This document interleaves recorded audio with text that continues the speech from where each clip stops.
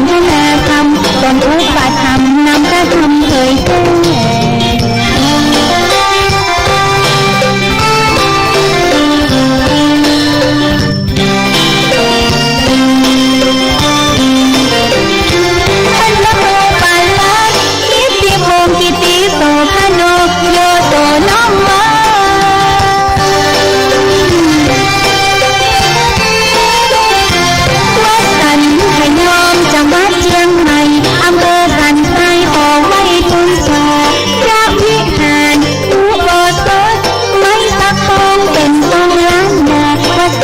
ยอมอนุรักษ์รักษาศีลธรรมนาพระสังฆา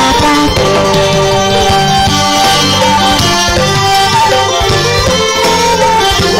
การพระโอ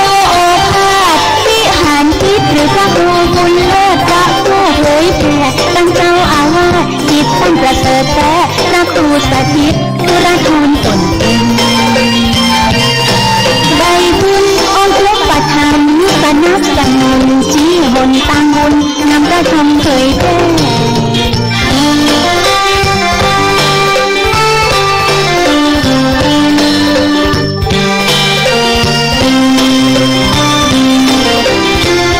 พระอาจารย์แก่นนำพระธรรมบรรยายจะเป็นเรื่องใดตั้งใจฟังแท้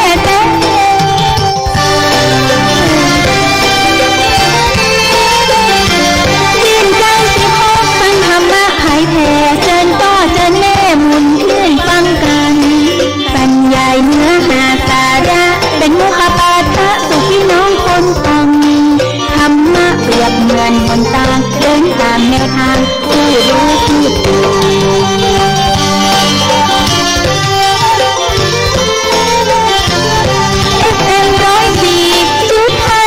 นท่านผู้ฟังตั้งใจหมุนขึ้นวันอังคาร9 โมงใจชื่นถึง10 โมงเจิญฟังมวลมงคลเจิญฟังธรรมะเหมือนต้นพระน้ำมนต์ได้ฟังได้ยนต์จิตใจสดชื่น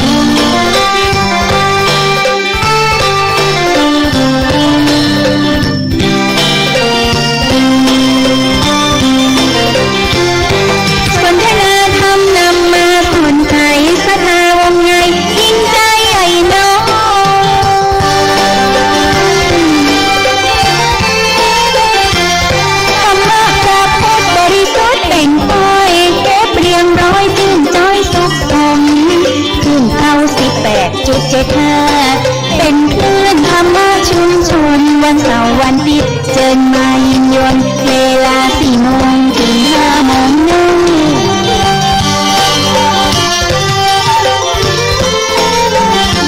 คลื่นธรรมะชุมชนวัดห้วยทองซอกผู้ฟังที่รักเจิญมาเบิ่งเนื้อตนอุปธรรมตั้งมีpowerเจิญมาฟังเนื้อสายน้องสายพี่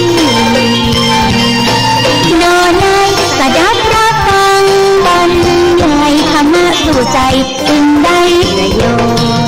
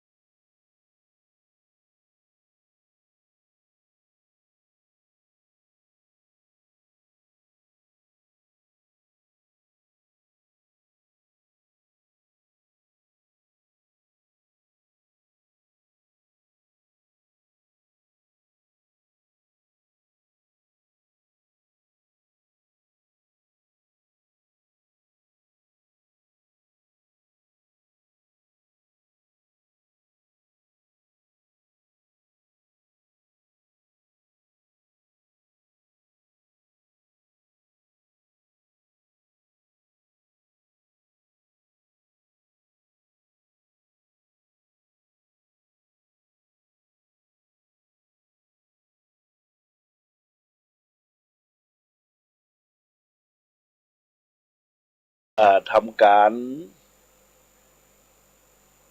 ออกรายการจัดรายการในวันนี้ซึ่งก็ทุกครั้งก็จะมีการจัดรายการเป็นประจำแต่ว่าบางวันบางครั้งอาตมาภาพก็มีการไปบรรยายธรรมอบรมนักเรียนที่โรงเรียนต่างๆที่อาราธนานิมนต์แต่ในช่วงนี้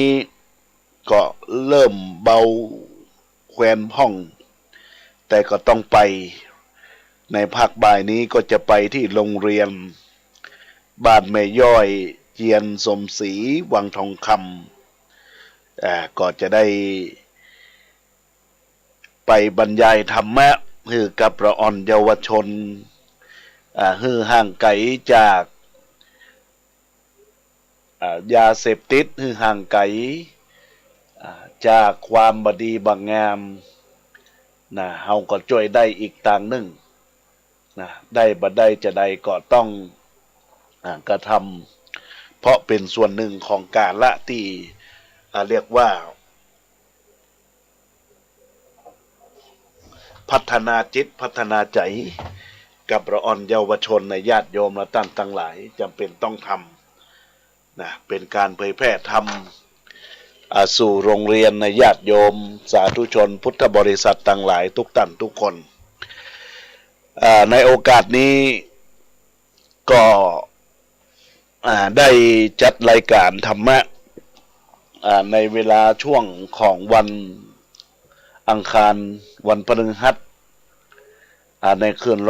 104.50นี้ญาติโยมทั้งหลายก็มีการที่เรียกว่าจะต้องใจรักวิถีชีวิตคือเกิดบุญคือเกิดกุศลกันนักแต่เนื่องจากว่าในสัปดาห์ที่แล้วทำที่จะได้เทศในคืน104.50วันพฤหัสก็ไปได้เทศกรรมวันนี้ก็จะได้ขอเวลาโอกาสกับบรรดาญาติโยมสาธุชนทั้งหลายได้แสดงธรรมเป็นธรรมพื้นเมืองเรื่องกำพร้าบัวตองผูกที่5บรรดาญาติโยมก็คงติดตามรับฟังกันนะญาติโยมทั้งหลายในคลื่นนี้ส่วนวันนี้ก็จะเทศผูกที่5วันพฤหัสบดีก็จะเทศผูกที่6เพื่อบ่ให้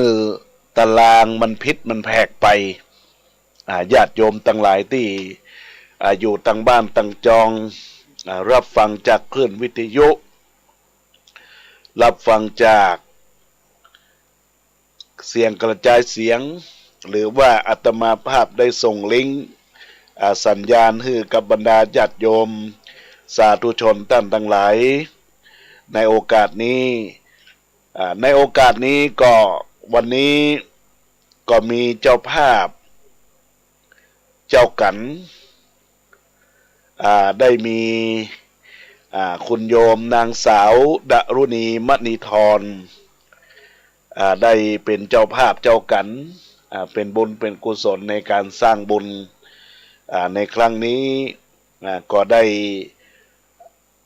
รับเป็นเจ้าภาพกันเทศกันธรรมกำพร้าวัวตองผูกที่5ติดกันเทศโดยนางสาวดนุณีมณีธรซึ่งเป็นเจ้าหน้าที่ราชการอยู่ที่สำนักงานเขตพื้นที่การศึกษาเชียงใหม่เขต2อำเภอแม่ริมจังหวัดเชียงใหม่ในโอกาสนี้ก็ได้เป็นเจ้าภาพก็ต้องขออนุโมทนาขอบคุณกับนางสาวดรุณีมณีธรหรือชื่อเล่นว่าอาจารย์ตายในโอกาสนี้ขออนุโมทนาจตุปัจจัย500 บาทขออนุโมทนาขอบคุณยังบุญญาเตตนาที่เกิดจากจิตจากใจยังตนตัวของนางสาว ดรุณีมณีธรหรืออาจารย์ต้ายในโอกาสนี้ก็ขออนุโมทนาขอบคุณบรรดาญาติโยมอุบาสกอุบาสิกาก็ตั้งอกตั้งใจรับฟังเน้อก่อนที่จะรับฟังนั้นก็เฮาก็ไหว้พระกันก่อนเน้อตั้งอกตั้งใจไหว้พระพร้อมกันอยู่ต่างบ้านต่างจองกับพนมมืออะระหังสัมมาสัมพุทโธภะคะวาพุทธังภะคะวันตังอภิวาเทมิสวากขาโตภะคะวะตาธัมโมธัมมังนัมมัสสามิสุปฏิปันโนภะคะวะโตสาวกสังโฆสังฆังนะมามิเตียนเชิญทุกท่านได้ตั้งอกตั้งใจน้อมสดับตะฟังทำพื้นเมืองชื่อว่ากำพร้าบัวตองผูกที่ห้าสืบต่อไปนะโมตัสสะภะคะวะโตอะระหะโตสัมมาสัมพุทธัสสะอัฏฐราชาจโกปโลอาจิตวามนัสสะเฮเลโอเฮเตเตสัทธโวโดลาสะโปเลสะตั้งหลายตั้งยิ่งใจใหญ่น้อยอานั่งอยู่นำนาเมสัทธายังเชื่อใจไฟเอื้อตั้งบนเพื่อยูหนุนนำพระพ้นจากสงสารจึงตานเขาน้ำวัตถุพรำปัจจัยมีสิ้นใสบอกขาดบอกประมาทภาวนาปะกันมานั่งพร้อมย่อมือน้อมฟังธรรมจงได้จำติดต่ออย่างขาดคอบทใดลำดับไปภายหน้าบัดนี้แด่เตถ้าในกาลนั้นใส่กันงัวเต้าไทยป้ายนี้กันงัวหนอมมุนีน้อยนาดเต้าหาวหาเพพาเย็นละอายเพียนนาอายภัยฟ้าประจาก็เปิดจะลานนาสันติว่างัวโกดนี้หลายตัวป่อยกันงัวเด็กหน่อยเชื่อจะถอยการเลสันได้ดีนันใสกูเต้าไทยห่อใจเถิงงัวกันไปนั้นเราแต่ตัวเจ้ายังบอกกันบ่สัตต้านเข่งคำจงจักลงจามภาพสูงได้งูเป็นตายจะเอาเด็กใจอ่อนน้อยกาดก้อยเป็นผีเต้ากาเลถอยจ้าป้องจักขาหนอพุทธาใจปะละกดเลวเบิดนาเบนเบลน้อง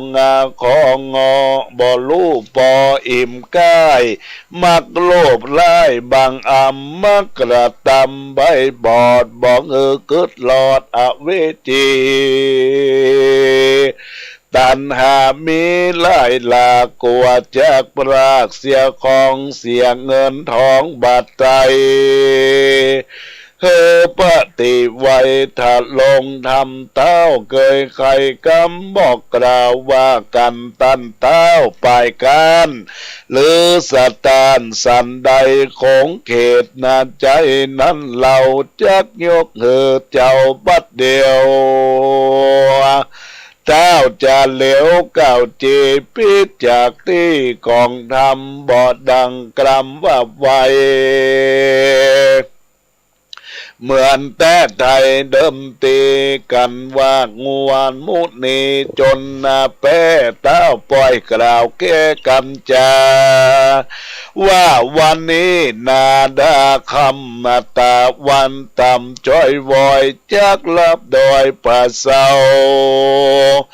วันพวกเจ้าย้ำง่ายก้อยพันผายมาสู่ปางวามาสู่พระโจ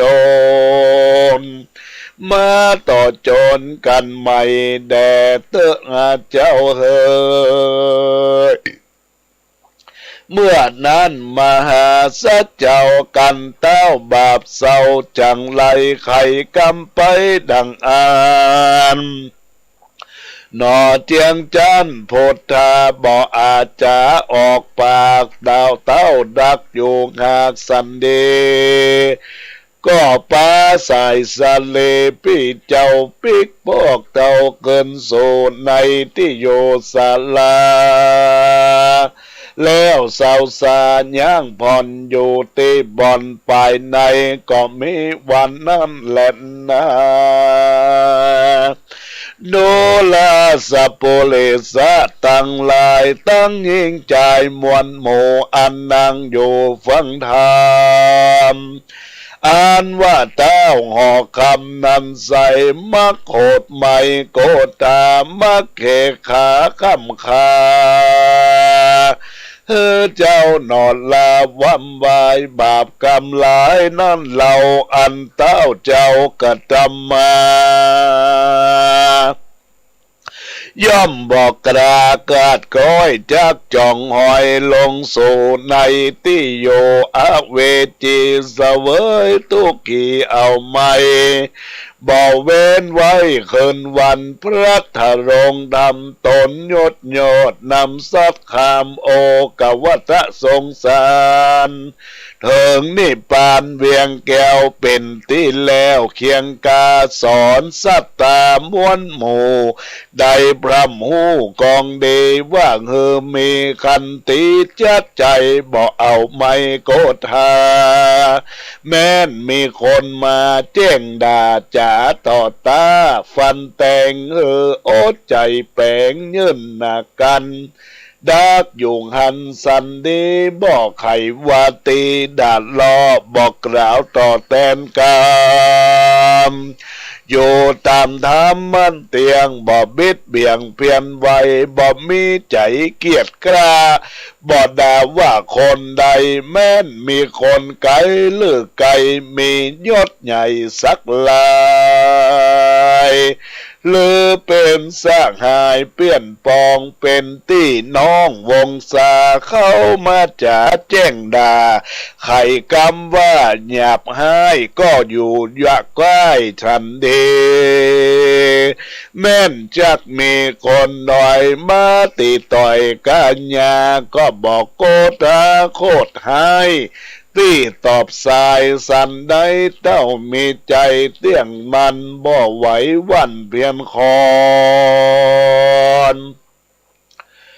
ชื่อว่าถอนเก้างากแห่งความทุกข์ยากนานาและนาอันว่าความโกรธานิเราย่อมเป็นเก้าเคียงเค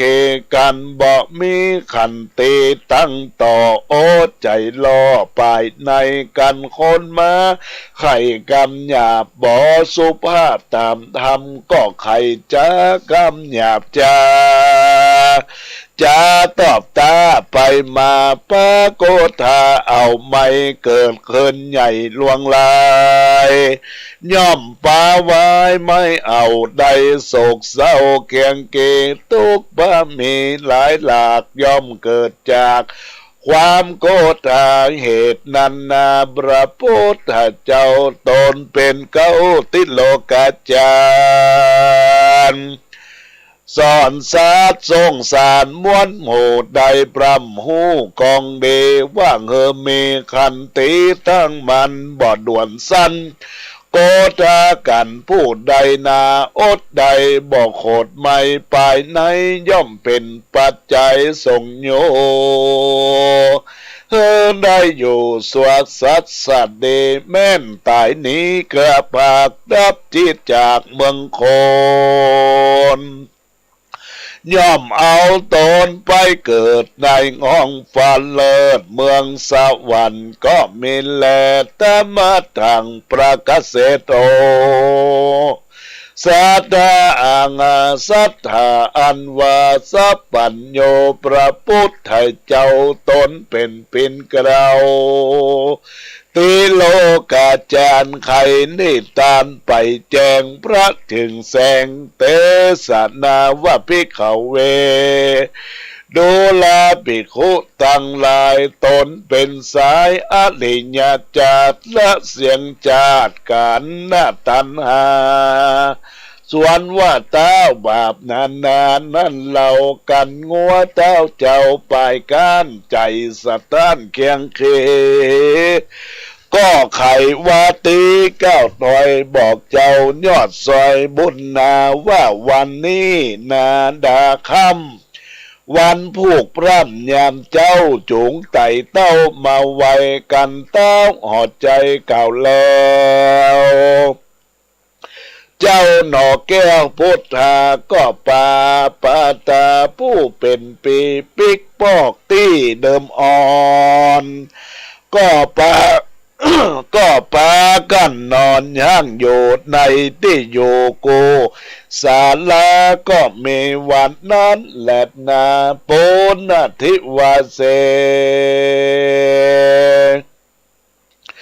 การวันหล่นลุ่งเจ้าสองหนอดเนากรำป้ากระเพราะชนะไปสู่ในที่อยู่เวียงใจดังเต้าจากใครว่าไว้บอกเฮินใดพิษพันสองจอมทำไปลอดก็ย่างจอดกลางสะนามเพื่อล้อจามต่อตา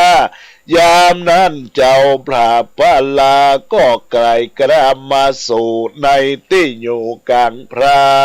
มโย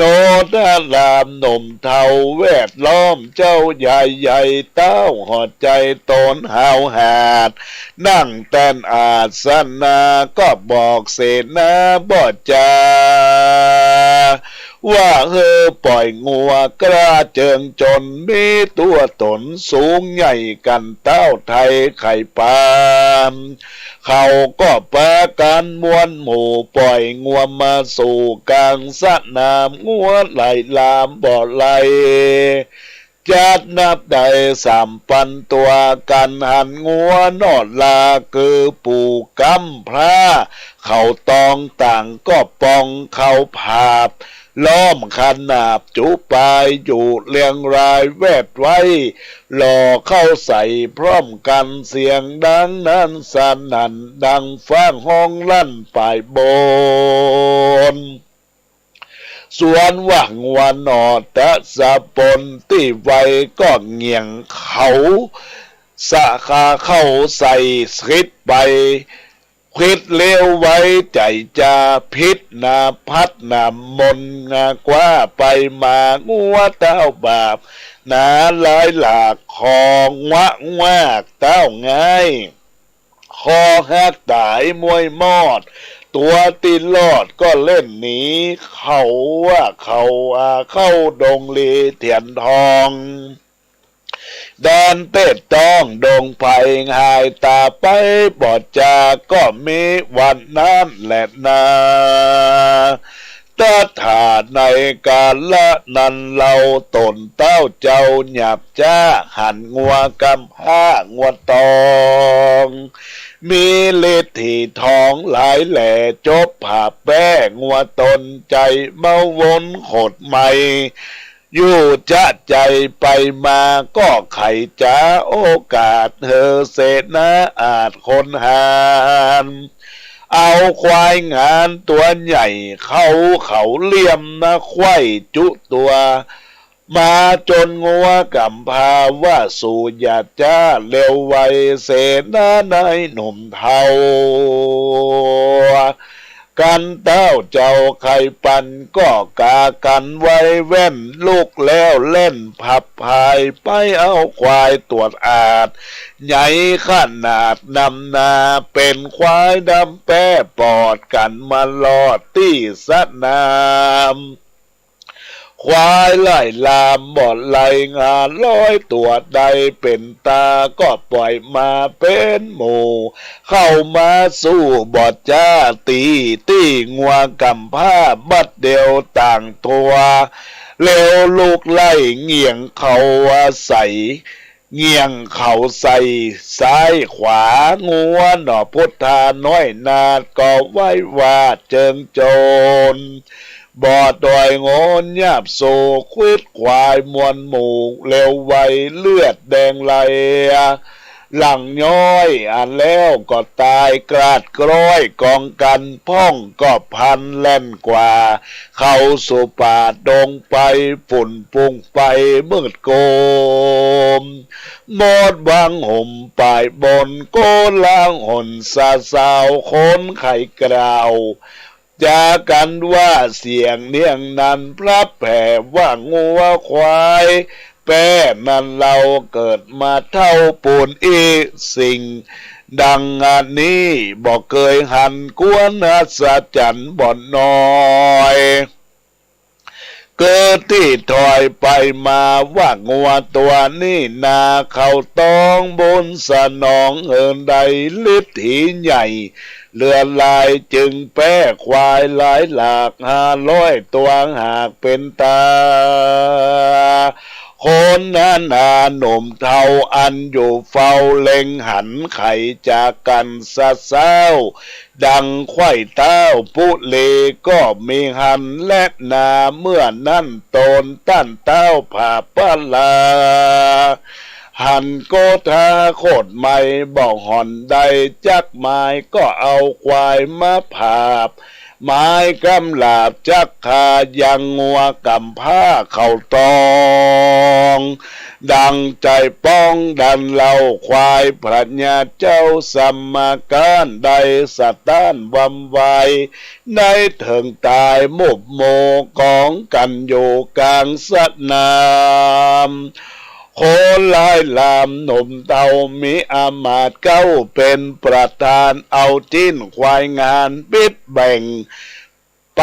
ตัวแห่งเวียงใจได้กินไปทวนนาส่วนเต้าบาปกาป้าในแก้วกูสะลาเลมะนาประตูเวียงแก้วก็มีวันนั้นแหลดนาตามมัดทางปังกะเซนโตสัทธาอังหาสัทธาอันวาสัพปัญโยยอดซอยหันบาทถอยบาลีโบสหลังมีไปแจงพระจึงแสงเตสนาว่ามาลานังโกนัสสะอานุสาเสติดังเป็นต้นนะภิกขเว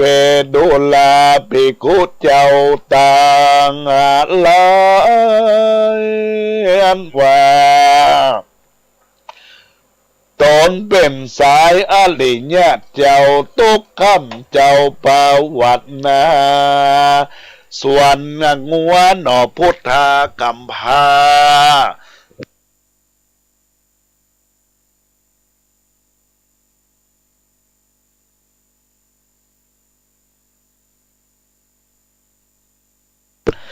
หากรู้ไปนาและหลังว่ามอดหลัดดัง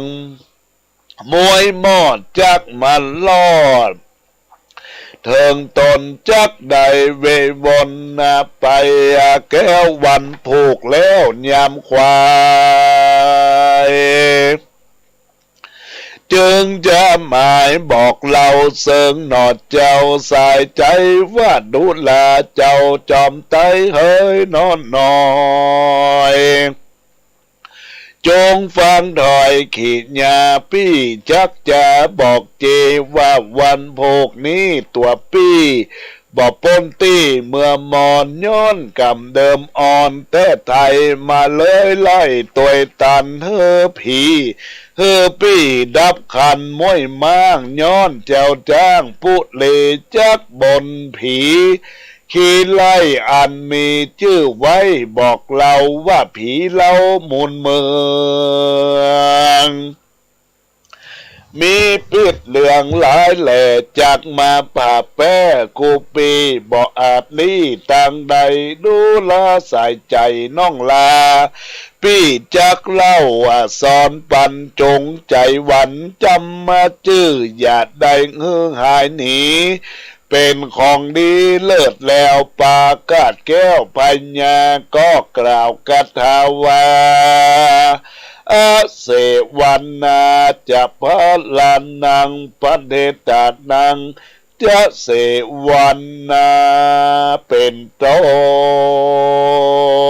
นว่าบอดดีคบขากับหยับจาพะลาอันจะพาไปสู่ในที่อยู่อับบายเกิดคนยิงใจถอยไล่หันแต่ไทยและกินเต็มอาจินบอกขาดมักโอกาสไข่กำจักจุงนำเก่าจริงพิธีกองดียามเฮามีก็อยู่ยามเฮาอยากไล่ก็หายตาคนหน้าดังนี้นาถอยจ้าไผบอดทาใจหมายเอาเป็นสางายเปลี่ยนป้อง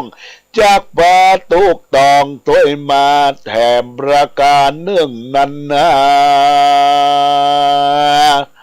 น้องเดาเฮอโลเก่ากองทำอย่ามัวดำกระหยาบกระตำบาปนัดนาการไปโลนมาเมื่อจ้อยบนจ้องหอยตัวตันได้เป็นเต้าหอจันยศอาจนั่งพระศาสตร์หอใจ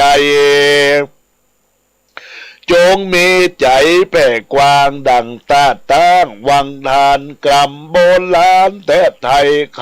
บอกไว้เมินมาเจ้นสองขาป้อมแม่เถิงเท่าแก่เอาลงว่ากันนอนสูงก็เฮือนอนคว่ำกันเฮือนอนต่ำก็เฮือนอนหงายเป็นกำไม้ลับเลเราจากจีจากใครว่าคนพูดใดนั่นเรากันอยู่เก่าประมาได้เป็นปรัชญายศอาจนั่งปราสาทเสวยเมืองเป็นเศรษนาเลืองนุ่มเท่าเหลืออามาตย์เก่าโยธาเป็นวันเนตงาจาพ่อกานั่งอยู่ทาดาขายมียิ่งใจช่วยใจบ่ฮอนน่ะไม่เคียงเกเป็นเศรษฐีมุนมั่งเขาของหลังทมนากวนพิจารณาสอดหูถึงเผ่าผู้คนในอนาสไลลมมาล่มเกลาว่าเขานั้นเล่าเคียงเข็นตุกพระเป็นจองหอยได้ต่ำก้อยมองผ่านหรือสุกเจยบานจุผู้คำเจ้าอยู่สดสันดีบอกเคียงขีมนเศร้าผู้เป็นเก้าโปสะไหลกวนและไปสันพอเฮือแจ้งต่อตาตนกันเขาว่าทาลนล้อนไม่เจ็บป่วยใครมาบานเลือตุกบานกันอยากเขาของขาพรากหายหนีเลือกรรมเขามีแต่ก่อนมาไล่ตอนตัวตามดันดากรรมมาถูกมีโตดผูกหลายแสงกวนแสวงหาช่วยกรรม ล่วงล้ำเคียงเกงได้หนีปนจากต่างตกยากมองผ่านกันเขาเจยบานจื่นจอยบ่ต่ำก้อยมองผ่านแล้วก็มาปานขอรัดไทยจมเจินปิติเดินตามตัวตามเป็นกองงามมากเต่าเกิดลูกตัวเก่าได้สดสัตดีแถมประกาศหนึ่งเราเป็นเท้าเจ้าปูเลนยศศักมีอันใหญ่เลือพรับไข่ดินแดนอย่าดูแคว้นลาไปหน่อยอ่านต่ำก้อยเคียงขีตนได้เป็นดีนั้นเราบ่โศกเศร้ากันใดกวนขัดนิ่งในที่สันว่าเขาหมู่นั้นทุกยากก็ย้อนวิบากแทบไทยอันเขาสร้างไว้ปังหลังมาตันอย่างจัดนี้จึงตุกลำตีอนาตาส่วนตนเราลานนี่เราตุกคำเจ้าสวัสสัตเดก็ย้อนบนเมสร้างไว้ตั้งแต่ไทยเดิมอ่อนบนบ่ร้อนหายขาดเกิดมาจากปางนี้จึงได้กรีเจยบานสุขสำลานจืนจ้อยดังไฟง่อยใจมา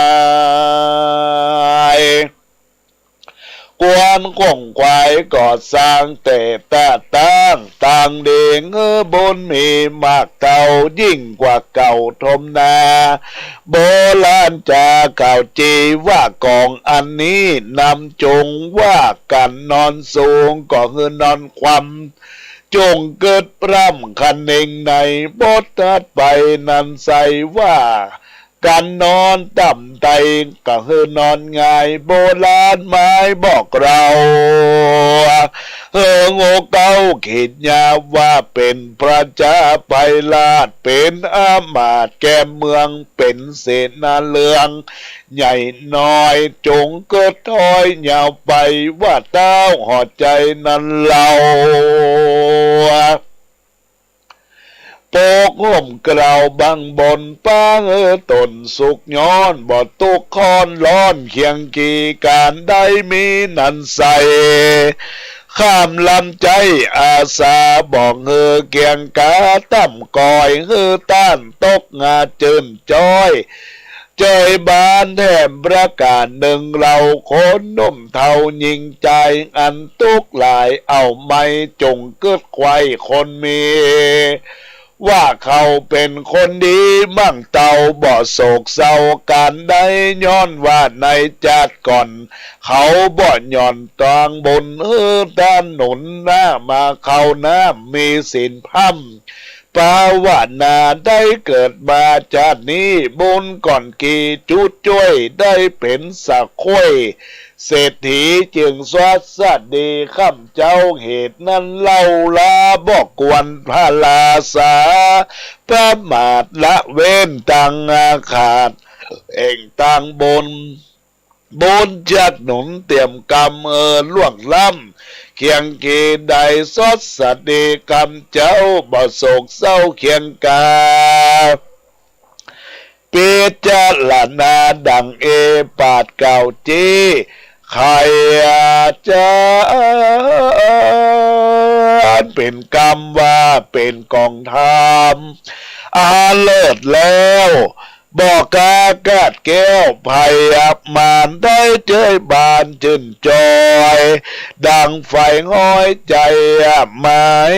การว่าวายกระพรากรับจิตจากเมืองค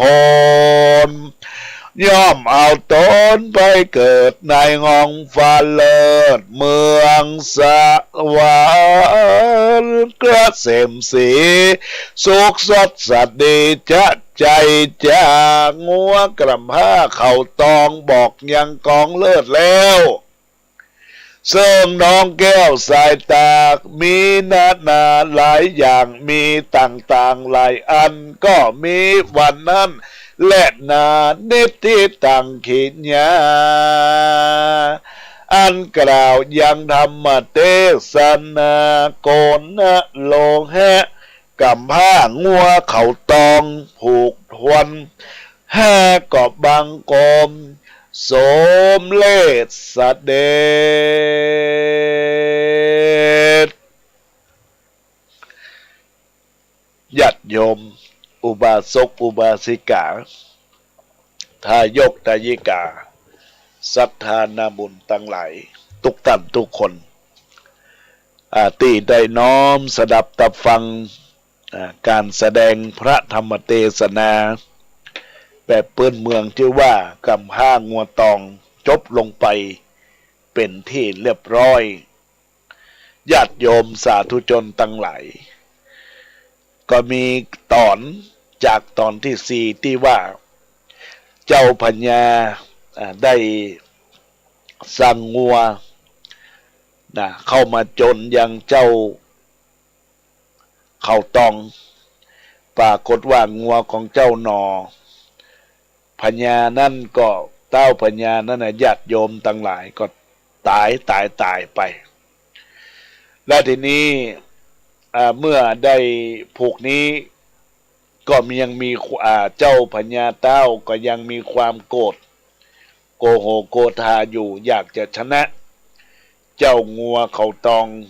อันเป็นงัวหนอมุนีนน้อยนาดแล้วก็ยังปากันมาสู้กันให้ไม่ญาติโยมตั้งหลายสู้กันไปก็ก้านอยู่สู้กันไปก็ก้านอยู่มโหจะเนี่ยจะได้ญาติโยมตั้งหลายเจ้าหนอมุนีจนกระทั่งทรงงัวมันลุมญาติโยม500 ตัว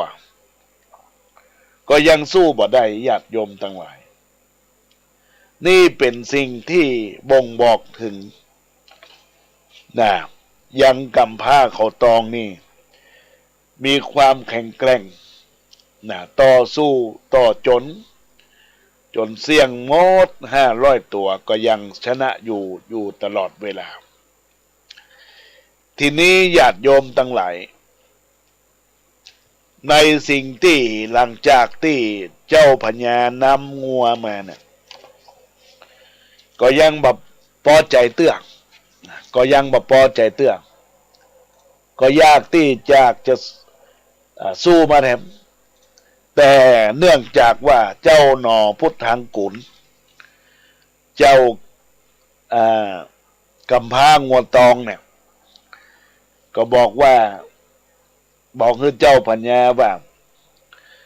อันงัวก็การไปแล้วพ่อจะเอาอย่างแท้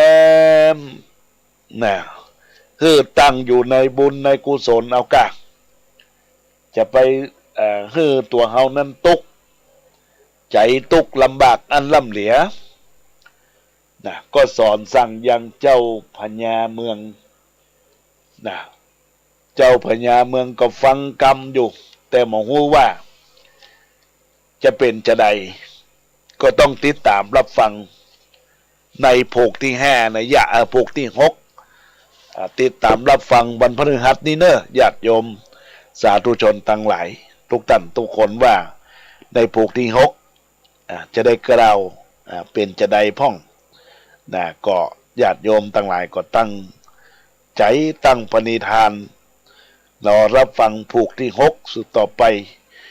เรื่องราวมันจะเป็นจะได้เฮาก็ตั้งอกตั้งใจคือเป็นบุญเป็นกุศลติดเนื้อติดตัวติดตนยังตัวคือมีปัญญาเฉลียวฉลาดรู้รอบทุกอย่างทุกประการในญาติโยมและท่านทั้งหลายดังนั้นก็ขอฝากกับบรรดาญาติโยมอุบาสกอุบาสิกาท่านเจ้าภาพในวันนี้ก็คงจะได้ปันโจกปันใจปันปอนคือกับทางท่านเจ้าภาพที่ได้เป็นเจ้าภาพกันเทศติดกันเทศในวันนี้นะญาติโยมท่านทั้งหลายก็ส่วนเจ้าภาพก็ญาติน้ำเนอะญาติโยมที่อยู่รับฟังก็กวดน้ำไปตัวก็ได้อนุโมทนาปตานุโมทนาบุญยังกุศลกับการที่ได้รับฟังธรรมะ เทศนาแบบพื้นเมืองชื่อว่างัวเขาตองนะ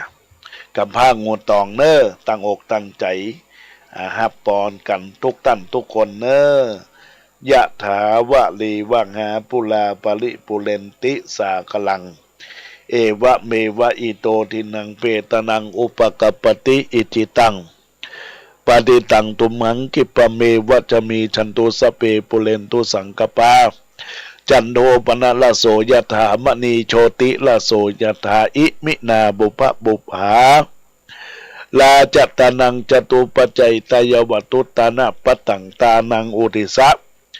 ทานังนิปปนาปัจจโยโหนตุโนดิจังทีละอาจจะในวันนี้ก็หาเป็นวันดีสเรสุกมังคระอันประเสริฐล้ำเลิศยิ่งกว่าวันและยามทั้งหลายบัดนี้ไม่มีปฐมมูลศรัทธาตนตัวของนางสาวดรุณีมณีธร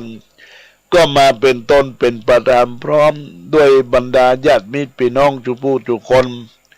และญาติกาตั้งหลายตั้งวันตกวันออกขอกใต้หุนเหนือก็ได้ปลากันมาสลงคงควายตกแต่งแปลงพร้อมน้อมมายังบัตุบุปบุปาลาจาดงดอกเขาตอกดอกไม้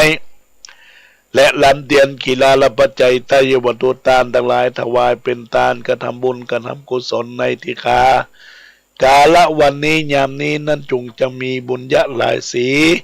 อันเกิดจากตนตัวของมูลศรัทธาท่านทั้งหลายอันหมายมีตนตัวของคุณโยมดรุณีมณีธรหรืออาจารย์ใต้ได้เกิดปากสันใดก็ขอให้สมมโนมัยไปอ่านโดยลงข้างๆอยู่สักเนียงสัพการนั่นจงจะมีอุทิศไปหาพ่อเกิดไม่เกิดเจ้ากรรมในเวรเทพบุตรเทวดาเจ้าติเจ้าตังเจ้าดินเจ้าแดนเจ้าหอเจ้าเงินเจ้าบ้านเจ้าจองในที่กากันละวันนี้ยามนี้ก็ขอเป็นบุญเป็นกุศลคือได้กินได้บริโภคนั้นจงจะมีตั้งแต่ดิลีสปีติโยวิวัจจันตุสัพพะโลโกวินาสันตุมาเตภวะตวันตะลโยสุเกติกายุโกภาวะอภิวาทนาสีลิสะนิจังบุตตาปจายโนจตาโลธรรมาปทันติอายุวันโนสุขังปะลังธรรมเทศนาธนังนิพพานังปรมังสุขังอนุโมทนาขอบคุณกับบุญญาเจตนากับมูลศรัทธาญาติโยมของคุณโยมอาจารย์นางสาวดารุณีมณีธรอาจารย์ใต้ที่ได้ร่วมทำบุญปูจากันเทศติดกันเทศ500 บาทในโอกาสนี้อนุโมทนาขอบคุณบุญใดกุศลใดที่ท่านได้ทำแล้วก็ขอให้เป็นป่าไทยเข้าห่อเป็นเสบียงต่อไปแดนสวรรค์สุขนิรันดร์ล้ำยิ่งคือเมืองแก้วมิ่งอมตะมหาเนรปานนั้นจุงจักมีเตื้องแต่ดิลีสาธุสาธุเนอกับท่านเจ้าภาพตัวเองตอนนี้บรรดาญาติโยมอุบาสกอุบาสิกาทายกทายิกาสัทธานาบุญตั้งหลายได้น้อมสดับตับฟังการแสดงพระธรรมเทศนาแล้ว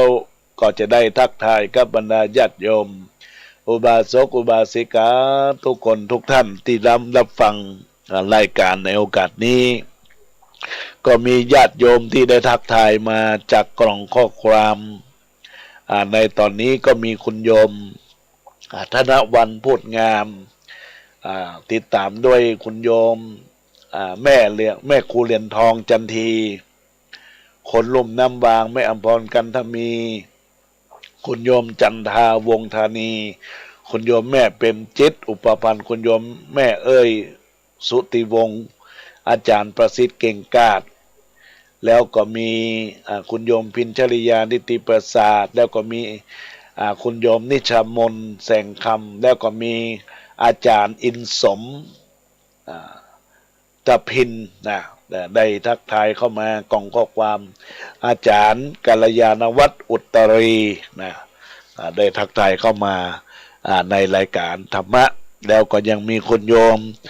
สรินทิพย์บุญเลิศนะได้ทักทายเข้ามาคุณโยมที่ทักทายเข้ามาใน Messenger ในไลน์ก็มีคุณโยม คุณโยมแม่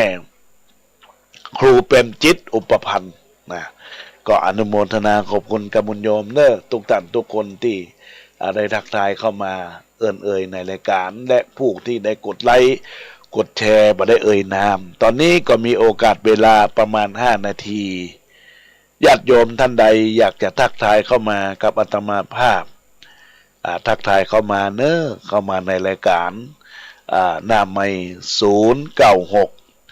262 9694 096 262 9694เนอะญาติโยมทั้งหลายท่านใดที่อยากจะโทรศัพท์เข้ามาสายหน้าไมค์ของอาตมาภาพในตอนนี้ก็เจริญพรได้ทักทายเข้ามาทุกท่านเนอะได้รับฟังอยู่ทางใด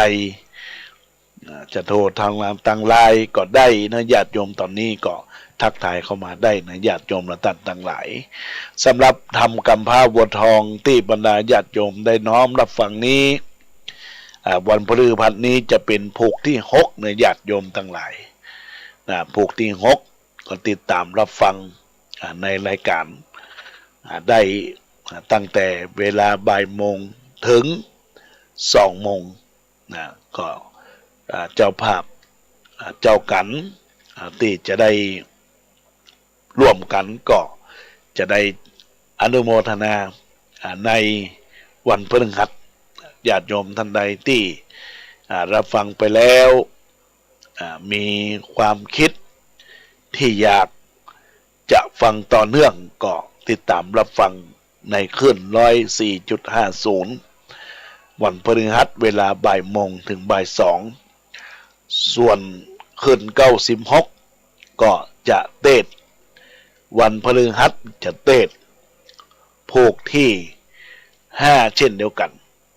แล้ววันศุกร์จะเทศภูกที่6นะคือมันตันกันนะญาติโยมและท่านทั้งหลายดังนั้นก็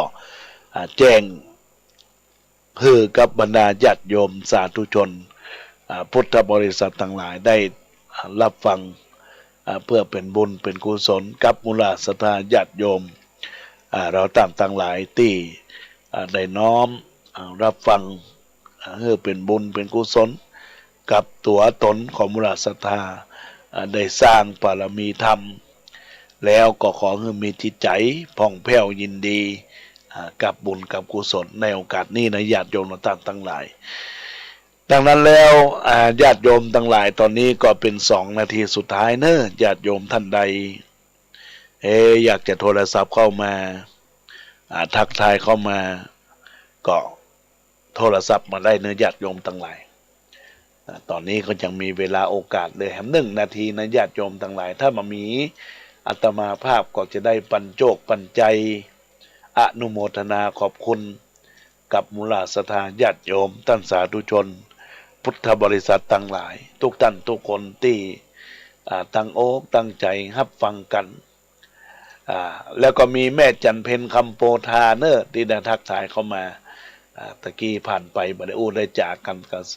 ก็ทักทายกับแม่ตัว